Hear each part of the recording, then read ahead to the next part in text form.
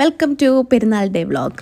ഒരു പ്ലേറ്റ് മന്തിയൊക്കെ അടിച്ച് നല്ല കിടന്നുറങ്ങും വന്ന് മുറിച്ച് പറഞ്ഞ് നമുക്കൊന്ന് അപ്പുറത്തൊക്കെ പോകാം എന്നായിക്കോട്ടെ എന്ന് ഞാനും പറഞ്ഞു. അപ്പോൾ ഞങ്ങൾ ആദ്യം തന്നെ പോയത് ഉമ്മാൻ്റെ അടുത്തേക്ക്. അവിടെ നിന്നും കഴിച്ച ഒരു പ്ലേറ്റ് ബിരിയാണി അവരിങ്ങനെ നിർബന്ധിക്കും, എന്താ ചെയ്യുക, പെരുന്നാളല്ലേ. അതിനെ തൊട്ടപ്പുറത്ത് തന്നെ അടുത്ത വീടുണ്ട്. അപ്പോൾ അവിടെ പോയി ഒരു ഗ്ലാസ് പായസം. പെരുന്നാൾക്ക് ഇങ്ങനെ കുറേ വീടുകളിൽ കയറി ഇറങ്ങണമല്ലോ, ഇല്ലെങ്കിൽ ഒന്നുമില്ല, നല്ലതാണ്. ഞങ്ങളുടെ നാട് കണ്ട് നിങ്ങൾ എത്ര ശാന്തസുന്ദരമായ. പിന്നെ അടുത്ത വീട്ടിൽ പോയി അവിടുന്ന് കുറച്ച് മൾബറിയും പറിച്ചെടുത്ത് എന്നോടൊരാൾ മൾബറിക്ക് ചോദിക്കുന്ന രംഗാണ് കാണുന്നത്. ഇങ്ങനെ ചോദിച്ചാൽ ആരോടായാലും കൊടുത്തു. ഇനി നമുക്ക് അടുത്ത വീട്ടിൽ പോകാം. ഇത് എൻ്റെ നാടല്ല കേട്ടോ, ഹസ്ബൻഡിൻ്റെ നാടാണ്. ഇവിടുത്തെ പ്രത്യേകത എന്താണെന്ന് വെച്ചാൽ വയലും പുഴയും മലയും ഒക്കെയുള്ള ഒരു അടിപൊളി സ്ഥലം. ഇരിക്കുന്നത് ഒന്ന് എൻ്റെ ഹസ്ബൻഡിൻ്റെ ഉമ്മ, ഒന്ന് ഉമ്മാൻ്റെ നാത്തൂൻ.